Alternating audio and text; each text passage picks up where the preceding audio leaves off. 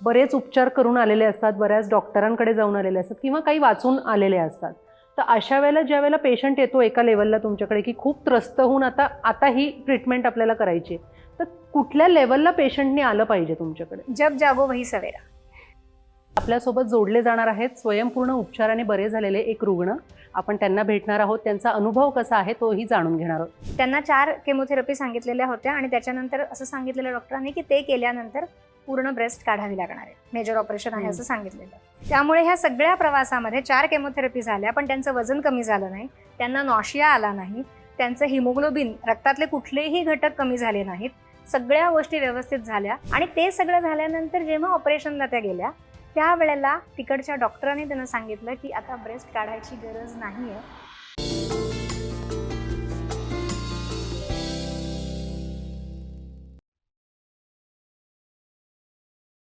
नमस्कार, मी सुप्रिया कुऱ्हाडे. बहुतांश लोकांचं आयुष्य हे औषधांशी जोडलं गेलंय. पण मला सांगा, तुमची औषधं ही तुम्हाला बरी करतायत की अधिकच आजारी बनवतायत? याच प्रश्नांची उत्तरं आज आपण जाणून घेणार आहोत निरामय औषधांशिवाय आरोग्य या विशेष कार्यक्रमामध्ये. त्यासाठी आपण स्वागत करूया स्वयंपूर्ण उपचाराचे प्रणेते योगेश चांदोरकर आणि अमृता चांदोरकर यांचं. दोघांचंही तुमचं कार्यक्रमामध्ये खूप खूप स्वागत. मॅम, सर्वात पहिला प्रश्न मी तुम्हाला विचारते, जसं की आपण मागच्याही एपिसोडमध्ये बोललो होतो की ऊर्जा शरीर ही एक गोष्ट आहे आणि ऊर्जा जे शरीर आहे ते ऊर्जा तुमच्या फिजिकल बॉडीला पुरवत असतं. बरोबर. मात्र हे ऊर्जा शरीर म्हणजे नेमकं काय हे थोडंसं अधिक जाणून घ्यायला आवडेल. हो, नक्कीच. आता इथे मी योगशास्त्राचा दाखला देईन की योगशास्त्र काय म्हणतं की प्रत्येकाचं अस्तित्व हे पंचकोशांमध्ये. त्यातला पहिला कोश जो सांगितलाय तो अन्नमय कोश, म्हणजे फिजिकल बॉडी, जी आपल्या सगळ्यांना माहिती आहे. त्याच्या पुढचा कोश सांगितलाय तो म्हणजे हा ऊर्जा शरीर प्राणमय कोश. ह्या प्राणमय कोशामध्ये ती ऊर्जा संकलित होते आणि ह्या शरीराला पुरवली जाते. त्याच्या पुढचा कोश सांगितलाय तो म्हणजे मनोमय कोश, म्हणजे तुमच्या मनामध्ये जे काही चाललेलं आहे, जे काही विचार चाललेले आहेत ते सगळे ऊर्जा स्वरूपात त्या कोशामध्ये आहेत. आणि त्या कोशामध्ये असणारे विचार त्या ऊर्जा कोशातली ऊर्जा वापरून ह्या शरीराकडनं कृती घडवून घेतात. चौथा कोश सांगितलाय तो म्हणजे विज्ञानमय कोश आणि पुढचा कोश आहे तो आनंदमय कोश. सो प्रत्येकाचं अस्तित्व हे अशा 5 कोशांमध्ये. आणि त्यातला हा जो ऊर्जा कोश आहे, ऊर्जा शरीर जे आहे, त्याच्यामध्ये असणारी ही ऊर्जा ही तुम्हाला निरोगी ठेवते. जेव्हा तिथे असंतुलन होतं तेव्हा काही ना काहीतरी दोष, त्रास, रोग हे सुरू होतात. आता स्वयंपूर्ण उपचार काय करतं, त्या ऊर्जा शरीरामध्ये जे असंतुलन झालंय तेच जागेवर आणण्याचा प्रयत्न करतात. आता ह्या ऊर्जा शरीराचे फोटो देखील घेता येतात. अच्छा. आता हे जे फोटो दिसतात ना, ते जसं आपण म्हणालो की ता ना पी ही निपा जा, म्हणजे इंद्रधनुष्याचे जे रंग आहेत तेच ह्या वातावरणामध्ये आहेत. तीच ही 5 तत्वांची ऊर्जा आहे आणि हीच ऊर्जा आपल्या ह्या ऊर्जा कोशामध्ये असते. मग जेव्हा ती संतुलित असते ना, तेव्हा ते लेयर्स अतिशय व्यवस्थित फॉर्म्ड असतात. ओके. म्हणजे निरोगी माणसाचा जो ऑरा बघितला जातो तो अतिशय व्यवस्थित, ते सुसूत्रपणे ते रंग दिसतात. पण हेच ज्या वेळेला ते विस्कटलेले आहेत, ते कुठेतरी कमी कुठेतरी अधिक आहेत, त्यावेळेला लक्षात येतं की ह्याच्या ऊर्जा देहामध्ये दोष निर्माण झालेले आहेत. याचाच अर्थ याच्या शरीरामध्ये देखील दोष निर्माण झालेले आहेत. हे ऊर्जा शरीर हे एक प्रकारे आपलं शिल्ड आहे. म्हणजे काय, तर या शरीराला सगळ्या त्रासापासून दूर ठेवायचं काम हे ऊर्जा शरीर करतं. शरीराला जेव्हा काहीतरी कमी पडतं त्यावेळेला तिथे जास्तीत जास्त ते शरीराला पुरवायचा प्रयत्न करतं आणि त्याला निरोगी ठेवायचा प्रयत्न करतं. पण जेव्हा कुठलेही दोष हे तिथे साठवले जातात, शरीराकडे येऊ दिले जात नाहीत, पण जेव्हा ते त्याच्या लिमिटच्या बाहेर जातं, जेव्हा ते खूपच जास्त साठायला लागतात, त्याची क्षमता संपते, तेव्हा ते दोष शरीरामध्ये येतात. म्हणून कुठलाही आजार, आज मला काहीतरी दुखायला लागलंय, खुपायला लागलंय, म्हणजे ते आज निर्माण झालंय का, तर नाही. ऊर्जा देहाने थोपवून धरलंय खूप काळ. कधीतरी थोडासा त्रास होत होता, मग तो थोडासा जास्त व्हायला लागला आणि आता तो असह्य व्हायला लागलाय. याचा अर्थ तो थोपवून धरत होतं ते, पण आता त्याच्या ते लिमिटच्या बाहेर गेलं. आणि जेव्हा अशी व्यक्ती स्वयंपूर्ण उपचार घ्यायला येते तेव्हा हे जे ऊर्जा शरीर आहे ना, ह्याचं परीक्षण आम्ही करतो.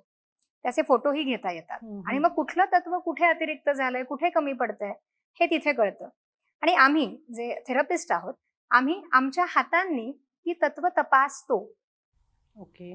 आपलं प्रत्येक बोट हे त्याच्यातून एक एक नाडी जातीये आणि प्रत्येक बोट हे वेगवेगळं तत्व प्रदर्शित करते. म्हणजे जेव्हा आपण आपला अंगठा म्हणतो तर अंगठा हा अग्नितत्व दाखवतो. हा पहिलं बोट तर्जनी ही वायुतत्व दाखवते. मध्यमा मधलं बोट आकाश तत्व दाखवतं. अनामिका ही पृथ्वी तत्व दाखवते आणि आपली करंगळी ही जलतत्व दाखवते. प्रत्येक बोट हे वेगळ्या वेगळ्या तत्व प्रदर्शित करते. प्रत्येकाच्या शरीरात प्रत्येक बोट ते तत्व घेतंय. म्हणजे तिथून जाणारी नाडी ही त्या तत्वाला एक प्रकारे आकर्षून घेते. आणि आम्ही जेव्हा रुग्णाला तपासतो तेव्हा आमच्या या नाड्यांनी म्हणजे आमच्या ह्या तत्वांनी रुग्णाच्या ऊर्जा देहातली तत्व तपासतो. अच्छा. म्हणजे आता समजा मला ताप आलाय की नाही बघायचं तर मी हात लावून टेम्परेचर चेक करीन समजा. हा तर आता मला तत्व तपासायची आहेत ना, तर तुमच्या शरीरातली तत्व मी माझ्या तत्वांनी तपासते.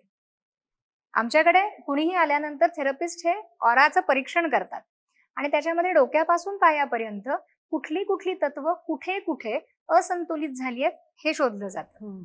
आणि मग त्याच्यावरनं तुमची ट्रीटमेंट ठरते की जिथे तत्व जास्त आहे तिथून त्याला मुक्त करायचंय, निसर्गामध्ये तिथून सोडायचंय, त्याला त्या नाड्या मोकळ्या करायच्या आहेत कारण त्या भरल्या आहेत. आणि जिथे कमी पडतंय तिथे काय करायचंय तर तिथे आवश्यक ते तत्व निसर्गाकडनं घ्यायचंय आणि द्यायचंय. का द्यायचंय तर शरीर तिथे घेऊ शकत नाहीये, त्याची क्षमता कमी झाली. अदरवाईज त्याला माहितीये कसं घ्यायचं ते, पण आता त्या नाड्या कुठेतरी थकल्या आहेत, कमकुवत झाल्यात आणि म्हणून त्या घेऊ शकत नाहीये. जसं जसं आपण ते तत्व त्याला द्यायला सुरुवात करतो हळूहळू ते तत्व मिळाल्यानंतर ते स्वतःची रिकव्हरी करायला सुरुवात करतं. मला अन्न मिळतच नाहीये म्हणून मी कृश झालीये. मग उद्या समजा मला अन्न मिळायला लागलं तर माझं शरीर होईल ना ताकदवान. तसं ती पेशी जी कृश झालीये, जी काम नाही करत आहे आणि त्याच्यामुळे एखाद्या ऑर्गनला प्रॉब्लेम झालाय, त्याला जसं आम्ही हे तत्व पुरवायला लागतो तसं तसं ती पेशी हळूहळू सशक्त व्हायला लागते, त्या नाड्या सशक्त व्हायला लागतात आणि मग नंतर ते स्वतःचं ते तत्व घेऊ शकतात आणि ते पूर्ण निरोगी राहू शकतात. बरोबर.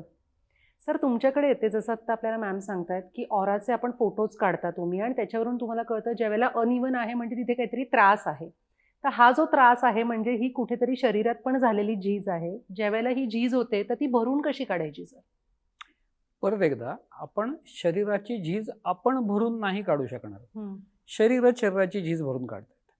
तर जसं मॅडमने सांगितलं एखादी पेशी काम करत नाहीये, मग हळूहळू तिथे एकाच्या 2 होतात, 2च्या 4 होतात, 4च्या 10 होतात. त्याच्या मागचं कारण काय तर तिथे ती ऊर्जा पोचू नाही शकत. विअर अँड टिअर असं आपण म्हणतो. बरोबर. की झीज होतीये. झीज होतीये म्हणजे काय, ते वापरलं जात आहे. अनेक म्हणजे प्रत्येक क्षणी हजारो लाखो पेशी जन्माला येतात, लाखो पेशी मरतात. म्हणजे त्या मेलेल्या पेशींची जागा नवीन पेशी घेतात. इथे ज्या वेळेला ती पेशी काम करत नाहीये, आता एक पेशी आहे, मग तिच्या 2 झाल्या, 4 झाल्या आणि मग हळूहळू पुढे जाऊन त्या इंद्रियाला अडचण निर्माण व्हायला लागते. त्याची काम करण्याची कपॅसिटी थोडी थोडी कमी कमी कमी कमी व्हायला लागते. ती एका सर्टन अमाऊंट पर्यंत गेली की ते आपल्या लक्षात येतं. लक्षण जेव्हा दिसायला लागतं, जसं मॅडम म्हणल्या की त्या ऊर्जा देहामध्ये ते अडवलं जातं. आता भांडं आहे एक, त्याच्यात थेंब पडतायत. ते खाली फरशीवर पडणार आहेत का आता तर नाही पडणार आहेत. जसं ते थेंब पडत पडत पडत आता भांडं भरलं आणि पुढचा थेंब पडला की तो खाली येणार आहे. ते माझं पहिलं लक्षण सुरू झालं की मला थोडा वेळ 10 मिनिटं आता डोकं दुखतं बरं का, अमकं अमकं केलं की. तरी मी काय माझी हे बदलली नाही, मी तसाच वागत राहिलो. मग एकाचे 2 थेंब झाले, मग 4 थेंब झाले. म्हणजे मायग्रेनच्या बाबतीत पहिल्यांदा 1 गोळी पुरते आणि मग हळूहळू हळूहळू मग ते काय किती 1 नाही 10 गोळ्या घेतल्या तरी ते काय 3 दिवस डोकं थांबत नाही. बरोबर. मग असं का होतं? गोळ्या तर घेतोय आपण, मग डोकं का थांबत नाही? कारण आता भांडं पूर्ण भरलंय आणि त्याची कपॅसिटी संपली आता. त्याच्यामुळे आता त्याच्यावरती मारा करून काय होणार आहे का, तर काय नाही होणार आहे. आता ते भांडं रिकामं व्हायला पाहिजे. म्हणजेच आपण जेव्हा ऊर्जेतून उपचार करणार आहोत तिथे जे काही साठलंय चुकीचं ते जेव्हा जसं जसं कमी व्हायला लागेल तसं तसं ते परत काही होणार नाही. म्हणजे कितीतरी वेळेला असं होतं की जसं सरांनी उदाहरण दिलं ना की 1 गोळी आणि मग नंतर गोळी घेऊनही फरक पडत नाही. आमच्याकडे जो रुग्ण येतो ना तो हेच सांगतो की आम्ही दिवसाला एवढ्या गोळ्या घेतोय, एवढी औषधं घेतोय. हा आणि तरीही आमचा एक एक एक आजार वाढत चाललाय, आमचा काही कमी होत नाहीये. आणि मग जसे त्याच्यावरती ऊर्जा उपचार सुरू होतात मग कसं असतं एक एक प्रॉब्लेम असे सॉल्व्ह होत जातात. ज्या प्रॉब्लेमची तुमच्या मनामध्ये खूप भीती आहे, धास्ती आहे, हा जसं आपण म्हणतो की आपलं मन जसा विचार करतं तसं शरीर चालतं.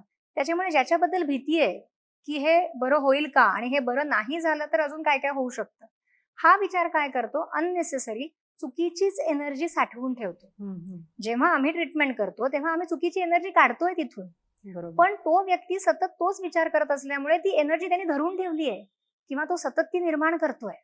प्रत्येक ट्रीटमेंटला आम्ही चुकीची एनर्जी काढली पण परत त्यांनी निर्माण केली, तर मग काय होतं, एक पाऊल पुढे आणि एक पाऊल परत मागे, म्हणजे तिथेच येतो आपण. म्हणून बऱ्याच वेळेला आम्हाला रुग्णांना आधी हे सांगावं लागतं की तुम्ही आलायत कशासाठी? बरं होण्यासाठी. सो तुम्हाला विचार काय करायचा आहे? बरं होण्याचा. भले तुम्हाला कोणी डॉक्टरने काहीतरी सांगितलंय, तुम्ही गुगलवरती काहीतरी वाचलंय, तुम्हाला भरपूर माहिती झाली आणि ती सगळी माहिती काय सांगतेय की हा आजार बरा होत नाही, पण तुम्ही आलात कशासाठी? बरं होण्यासाठी. त्याच्यामुळे जे वाचलंय ना ते सगळं बाजूला ठेवा. तुम्हाला अनुभव काय हवाय? बरं होण्याचा अनुभव हवाय ना, मग तुम्ही त्याची अपेक्षा करा. तुम्ही येणार बरं होण्यासाठी आणि तुमच्या मनामध्ये अपेक्षा काय आहे की हे काही बरं होणार नाही. तुम्ही जी अपेक्षा करणार आहात ते तुम्हाला मिळणार. आणि जसे त्याचे विचार बदलायला लागतात ना, तसं तसं दिलेली ऊर्जा ही मिळायला लागते जास्तीत जास्त. तिथे निगेटिव्ह तयार होत नाही आणि त्याच्यामुळे मग रिकव्हरी ती फास्ट होते. त्याच्यामुळे आपण ज्या वेळेला काम करतो, आपण करतो ह्या ऊर्जा देहावरती काम, आणि परिणाम जे दिसून येतात ते शरीरावर येतात. औषधांचे दुष्परिणामही होत असतात. म्हणजे जसं मी म्हटलं की अनेक औषधं सुरू असतात, अनेक आजार असतात, एका वेळेला सगळ्या आजारांवर काम करतो आपण. मग असं धरून चाला की तुम्हाला मायग्रेन पण आहे, तुम्हाला डोळ्याचे पण काही त्रास आहेत, तुम्हाला घशाचे पण काहीतरी त्रास आहेत, तुम्हाला दमा पण आहे, तुमचं पचन पण नीट नाहीये, तुमचे गुडघे पण दुखतायत आणि तुम्हाला जळवाताचा पण त्रास आहे. म्हणजे वरपासून सुरू करा, सगळे त्रास आहेत, शिवाय रक्तदोष आहेत, काही फरक पडत नाही. स्वयंपूर्ण उपचार हे 5 तत्वांना संतुलित करतं. मग तुमचा मायग्रेन हा देखील त्या अग्नीमुळे आहे. तुमचे डोळे दुखतायत, ते कोरडे पडतात, ते देखील त्या अग्नीमुळे आहे. घशाला कोरड पडतीये, आवाज फुटत नाहीये, तो पण त्या अग्नीमुळे आणि शिवाय वातामुळे पण आहे. पचन तुमचं बिघडलंय, पुन्हा त्याचं मूळ आलं अग्नीकडे. कॉन्स्टिपेशन होतंय, पाईल्सचा त्रास होतोय, आला अग्नी. म्हणजे काय, आपण काय करतोय? आपण करतोय तत्व संतुलित. पण बघा, मी एकच तत्व सांगितलं आणि त्याचे तुम्हाला मी किती प्रॉब्लेम सांगितले. इव्हन जळवात पायांची आग होतीये, भेगा पडल्यात, मूळ कुठे? परत त्या अग्नीकडे. असे अनेक आजार जे त्या तत्वांवर अवलंबून आहेत. आपण तत्व संतुलित करतोय. जसं जसं ते तत्व संतुलित होत जातं, आता अदरवाईज तुम्हाला जायचं झालं तर तुम्हाला पाईल्ससाठी वेगळ्या डॉक्टरकडे जायला लागेल, तुम्हाला मायग्रेनसाठी वेगळीकडे जावं लागेल, डोळ्यांसाठी वेगळीकडे जावं लागेल. पण स्वयंपूर्ण उपचारांची ब्युटीच ही आहे की जेव्हा तुम्ही इथे येता ना, तेव्हा तुमचे सगळे प्रॉब्लेम्स ह्या एका ट्रीटमेंटमध्ये त्या सगळ्या प्रॉब्लेम्सला ताकद, म्हणजे प्रॉब्लेम्स जाण्यासाठी काम होत असतं. आणि मग तो रुग्ण हळूहळू एकेका त्रासातनं सगळ्यातनं बाहेर पडतो. मॅम बरोबर. खरं तर आजार हा कितपत, जो जुना आजार असतो तो कितपत बरा होऊ शकतो? कारण तुमच्याकडे जसे पेशंट येतात, जसं तुम्ही मगाशी म्हणाल्या की पेशंट येतात, बरेच उपचार करून आलेले असतात, बऱ्याच डॉक्टरांकडे जाऊन आलेले असतात किंवा काही वाचून आलेले असतात. तर अशा वेळेला ज्या वेळेला पेशंट येतो एका लेवलला तुमच्याकडे की खूप त्रस्त होऊन आता ही ट्रीटमेंट आपल्याला करायची, तर कुठल्या लेवलला पेशंटने आलं पाहिजे तुमच्याकडे? जब जागो वही सवेरा. जेव्हा तुम्हाला लक्षात येईल की मला त्रास होतोय, तेव्हा तुम्ही आलं पाहिजे. आणि मुळातच ना कसं आहे, तुम्ही म्हणता की खूप वर्ष तो भोगतोय. हो. नॉर्मली कसं असतं, आपल्याला लहानपणापासून, रादर जन्मापासून ही सवय की काहीतरी खाल्लं, काहीतरी औषध घेतलं की मी बरा होतो. त्याच्यामुळे स्वयंपूर्ण किंवा आपण जे आता औषधांशिवाय आरोग्य म्हणतोय त्याच्यावर सहजासहजी विश्वास नाही बसत. बरोबर. त्याच्यामुळे ह्याच्याकडे, आमच्याकडे येणारा पेशंट जो आहे, आमचा पर्याय निवडणारा जो पेशंट आहे, तो सगळं करून आलेला असतो. म्हणजेच अनेक काळ तो त्रास भोगत असतो.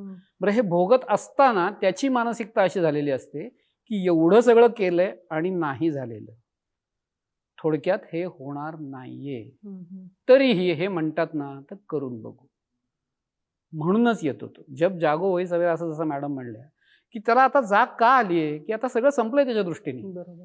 आणि एक पर्याय दिसतोय, आशेचा किरण. मग तो येतो आणि जसे उपचार सुरू होतात तसा हळूहळू त्याला फरक पडायला लागतो. फरक पडल्यावरती त्याचा आपोआप कॉन्फिडन्स यायला लागतो की आता मी नक्की बरा होऊ शकतो. आणि जसा कॉन्फिडन्स बिल्ड व्हायला लागतो तसा तो पेशंट फास्ट बरा व्हायला लागतो. कारण त्याची पहिल्या दिवसाची मानसिकता अशी आहे की हे काही बरं होणार नाहीये, म्हणजेच त्यांनी बरं होण्याचा सगळा पर्याय संपवलेला आहे. त्याला नाहीच आहे बरं व्हायचं. त्यांनी सांगितलं शरीराला बरं व्हायचं नाही. जेव्हा ही आज्ञा गेली तेव्हा त्याचं शरीर त्याच्यासाठी काम करतंय, बरं न होण्यासाठी. आता जेव्हा तो म्हणतो नाही मी बरा होऊ शकतो, तेव्हा त्याचं शरीर त्या दृष्टीने काम करायला लागतं आणि तो फास्ट बरा होतो. नक्की सर, म्हणजे सकारात्मक विचार करणं हे आपल्या शरीरासाठी खूप उपयुक्त आहे आणि आपण तशा पद्धतीनेच विचार करायला पाहिजे. या सगळ्या विषयावर आपण चर्चा करणार आहोत, मात्र इथे आपण एक छोटीशी विश्रांती घेतोय. मात्र विश्रांतीनंतर आपल्यासोबत जोडले जाणार आहेत स्वयंपूर्ण उपचाराने बरे झालेले एक रुग्ण. आपण त्यांना भेटणार आहोत, त्यांचा अनुभव कसा आहे तोही जाणून घेणार आहोत. तुम्ही कुठेही जाऊ नका, पाहत राहा निरामय, औषधांशिवाय आरोग्य.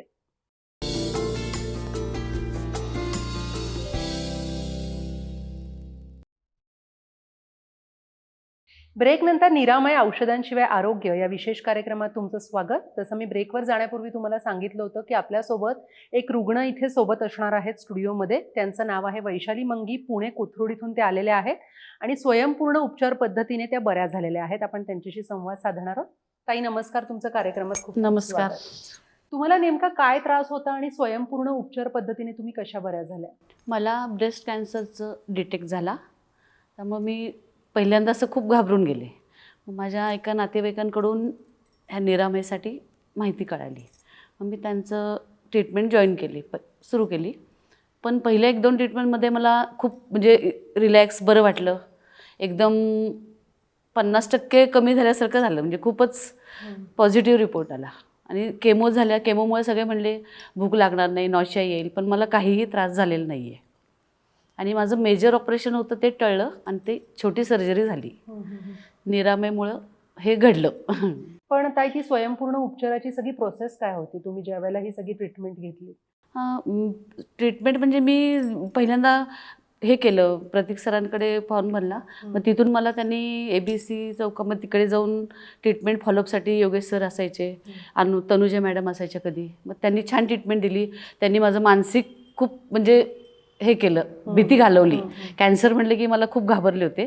ती खूप भीती माझी कमी झाली त्यांच्यामुळे. आणि ऑपरेशनच्या वेळेस पण मला सरांनी खूप म्हणजे ट्रीटमेंटसाठी मदत केली. खूप त्यांनी म्हणजे फोन केला, तनुजा मॅडमनी पण फोन केला ऑपरेशनच्या वेळेस मला काहीही त्रास झालेला नाही आहे. बरोबर.